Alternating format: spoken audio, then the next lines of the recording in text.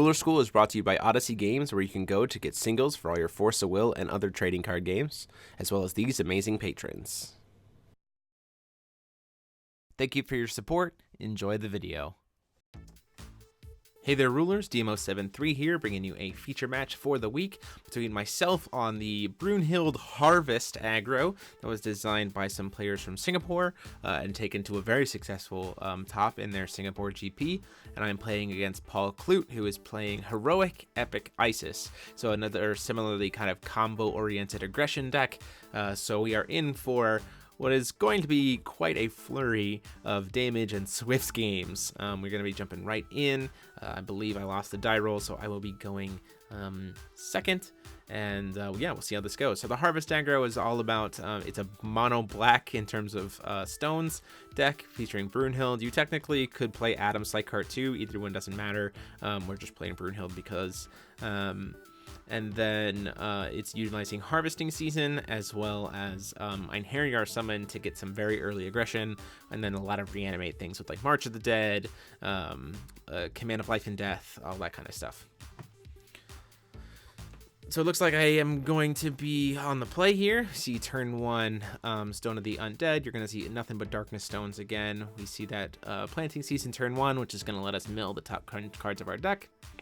Hoping to see a Valkyrie's Chosen. Unfortunately, not seeing a single one, which is really bad for the deck, because the deck has no way to cast a Valkyrie's Chosen if it's in hand. So that means somewhere in this deck there are 4 dead draws, with none of them being in the grave. We still do have some humans, so we can Einherjar Summon. Ultimately, might not be worth it to do it this early. Looking at my hand, seeing a March of the Dead, Command of Life and Death, debating whether or not I want to go ahead and burn Einherjar Summon now, choosing ultimately to just pass. Paul's side of the board, seeing a Heroic Piggy, Null Darkness Stone, so now at this point he can technically cast turn 2 Heroic Epic if he doesn't burn his Energize here, so he's just going to pass.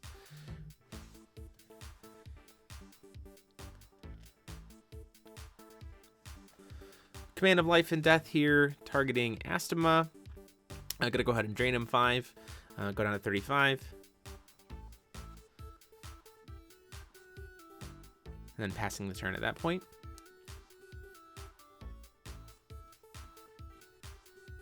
Before the upkeep, he's going to go ahead and burn himself 2 here, go down to 33, and cast Poison Stinger on the Astema. So this means it'll do 200 damage, and then she's going to take double damage from any other source for the rest of this turn. And then we're going to see this Spiral of Chaos. This is a very new trick. Came out with this past set. We haven't really seen it too much. It kind of replaces Whirlwind Conflagration. So you kind of Poison Stinger something. Spiral of Chaos is then going to do 2 grand of damage to the Resonator. And then your opponent just takes a ton of damage. You see I take 14 there off of the... Heroic Epic, or the Spiral of Chaos. So we're going to see a Awakened March of the Dead. So we get to grab 2 things here, namely grabbing double Majin Dark Elf, and then I can use Einherjar Summon to grab Joan d'Arc off of the top, or from the grave, because she is a human, so now all of them are going to be active, and I'm going to be able to swing in here for a grand total of 19. So taking him down to 32, or sorry, 12, because he burned himself for 2 when playing the Spiral of Chaos. Getting some more strength counters on his side of the board, up to 4 total.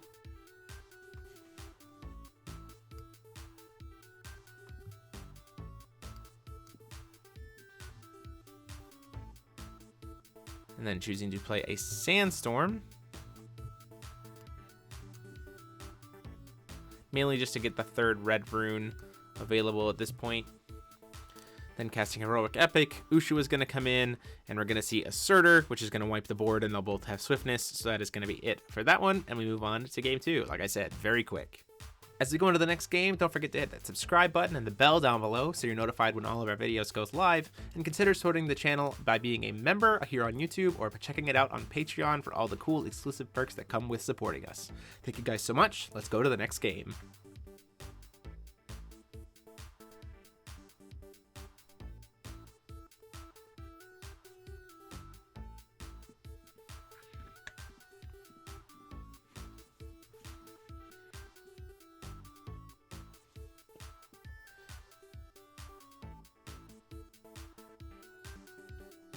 Calling that first stone Stone of Dark Castle, getting a mystery counter here.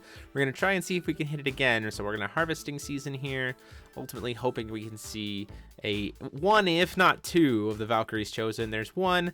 We at least got the one.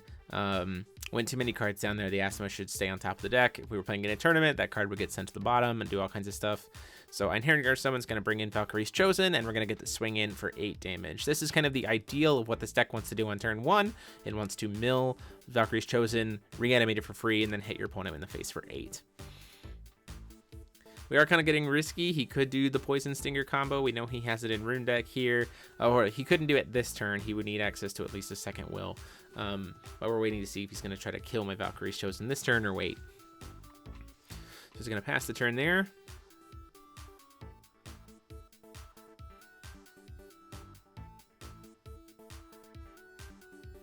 Calling a stone, hitting a Null Darkness Stone on our side. We're going to burn ourselves. We're going to cast the...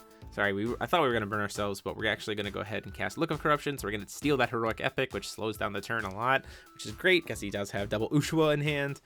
We actually have a second Look of Corruption, and so we are going to take either the Pig or the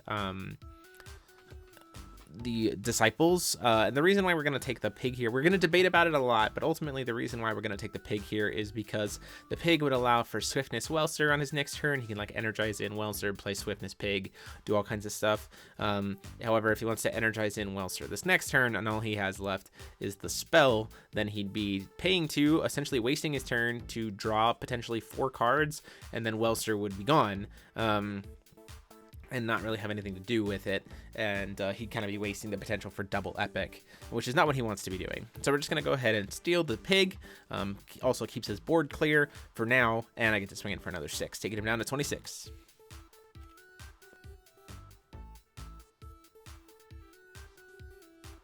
Here's we're going to see that Poison Stinger combo happen again. We knew that was coming. It's ultimately done its job. In the form of taking out 14 life, and he is going to have to burn himself to go down to 24 to be able to make this play, so that helps us too. We'll take the 16 or the 14, go down to 26, so a pretty close game, but ultimately we're going up to 3 will as well next turn, and so we have quite a few options.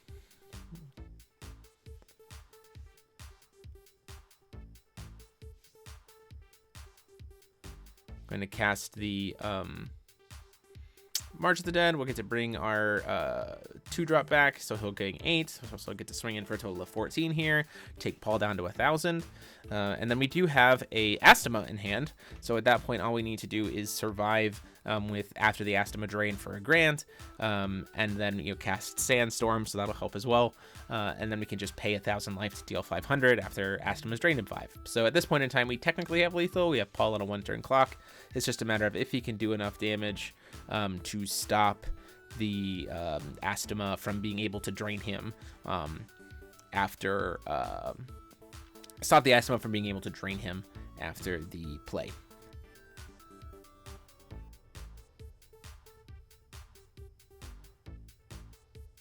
Giant Sandstorm coming in, clearing the board, and at that point in time, because we haven't lost anything, we're totally fine with just casting Astima and then paying the grand to do another 1,000 on life. And with that, we're going to move on to game 3. So we're here in game 3, this time the Harvest Aggro finally being on the draw. We'll have to see kind of how this goes. Ultimately, with having the white will, it gives us access to the side, the Rune Deck to Dispel, potentially to be able to kind of surprise someone and pop an addition when they're not expecting it, like an Altar, like they invest knowing that in game 1 and game 2 they haven't seen anything to stop it. That's this mono black, and we can dispel it and kind of punish it, or we can one-time cast a Valkyrie's Chosen from hand. Ultimately, we're choosing to go ahead and just cast Sandstorm off the top here.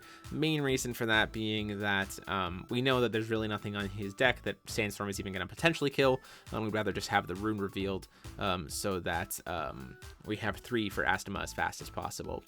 We do see no Valkyrie's Chosen, unfortunately, off the top, deciding whether or not we're going to go ahead and still burn it. Knowing that he has the 1 will available, we don't want to get burned too early. So it's like, wait a minute, you've got 1 will open. We're going to get Poison Stingered. So we're not going to go ahead and revive anything quite yet. we're going to wait until we have a little bit better option. And you see, I do have, unfortunately, one of those Valkyries chosen in hand. I could choose to cast it if I feel like it. Next turn would be an interesting situation to have... you could cast it from hand. It wouldn't have swiftness or anything, so it's a little bit not what this deck wants to be doing, but it would potentially get it to grave for a reanimate. It's kind of a long-term investment, and I'm not entirely sure that we would want to make at this point in time.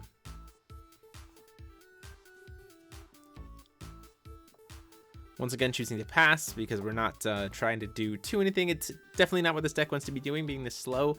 But at the same time, we don't want to risk getting kind of burnt, comboed out here. And we want to be able to answer something like a Heroic Epic where he casts in Ushua. And then in response to the Ushua effects, we're just going to say no. And we're going to Life Severing Blade to get him off of the board.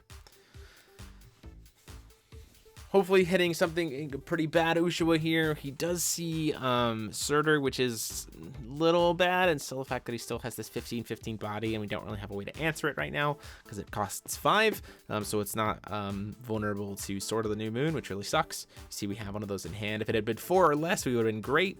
We would have had lots of ways to be able to interact with it, but ultimately did not work out that way this time around. So we do have to deal with the fact that there's a Surtur on board.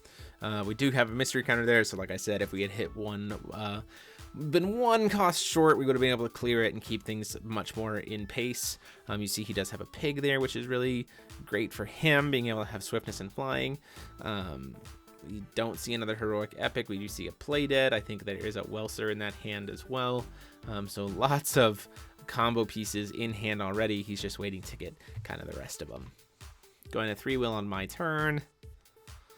Debating exactly how I want to run things here. I do have the possibility of doing the Awakened March of the Dead. I have to be a little bit careful because I want to try to set things up. We're going to go ahead and Einherjar summon. We're going to Einherjar Jean. He is tapped out at this point, so we are feeling pretty safe there. Or I think he is, yeah, he's tapped out at this point. We do have the March of the Dead. So I have the options here of playing. I have a March of the Dead and a... single copy of Majin Dark Elf in hand, and I had that Sword of the New Moon. So my thought process being is here I can awaken and just push for 2 creatures, or I can pay 2 will, get 2 creatures, still get the aggression, and leave up 1 will for Sword of the New Moon. It makes March of the Dead a little bit less optimal, but at the same time will at least allow me to continually put some more pressure up. So I am going to go ahead and do the March of the Dead just for 1.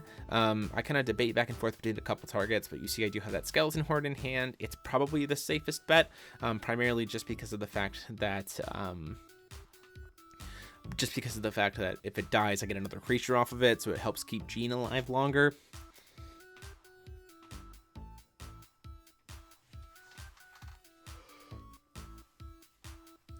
Ultimately, I do decide to go ahead and grab the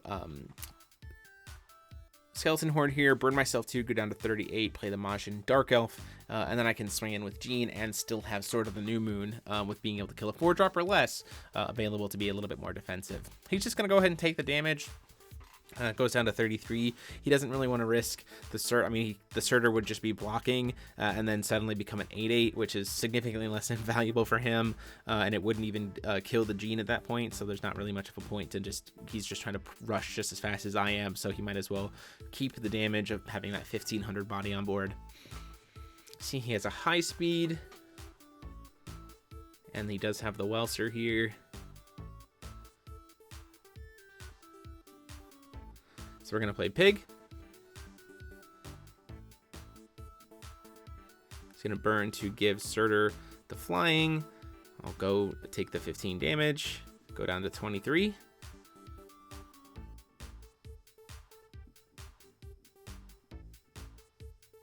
And at that point in time, he's going to go ahead and pass the turn, at which point we're going to go ahead and say, well, let's get these bodies out of the way so that I can try to push through as much damage as possible on my turn. And we're going to Sword of the New Moon awaken to the piggy. He could have easily play deaded here in response, but ultimately chose not to because he wants to have access to the 2 will for the Welser God Art during his upkeep. We do see another mystery counter here. So on board, we have a grand total of 17 damage. We don't have a way to push lethal. This is the problem. So we can play, and we're 1 will short, I should say, of being able to push lethal.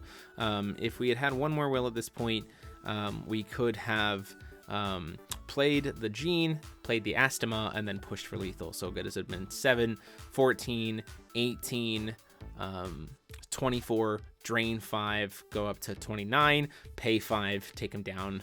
But we are unfortunately 1 short. So we're going to go ahead and just try to minimize damage as much as possible from his side by swinging the Gene into the Surtur, swinging the other Gene into the Surtur, leaving it being a 1-1, and then swinging into play with the, or swinging into his face with the Majin Dark Elf to take him down to 27.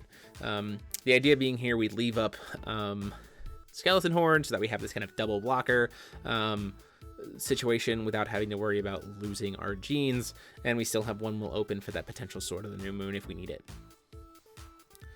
We do see the Awakened, or the God-Arted Welser come into play here. We're saying that's fine.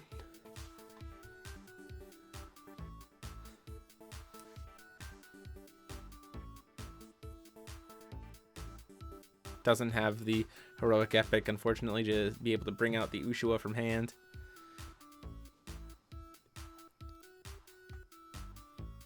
But he can do the next best thing, which he can do Poison Stinger onto the Skeleton Horde. So it's going to take 2 damage and then double. And then he can use the Master Rune, which will get copied by Welser because it is a Chant/Slash rune. And so what he can do here is he can burn Skeleton Horde. We're going to walk through it, and he's got lethal. I forced him to go through the whole process, so you'll see us shake hands twice here. So what he's doing is he's going to do 20 damage to Skeleton Horde and then 10 damage to the Majin Dark Elf, but ultimately that's going to do 16 and then 4, so that's going to only deal 20 damage, so it doesn't actually kill me. It takes me down to 7, and then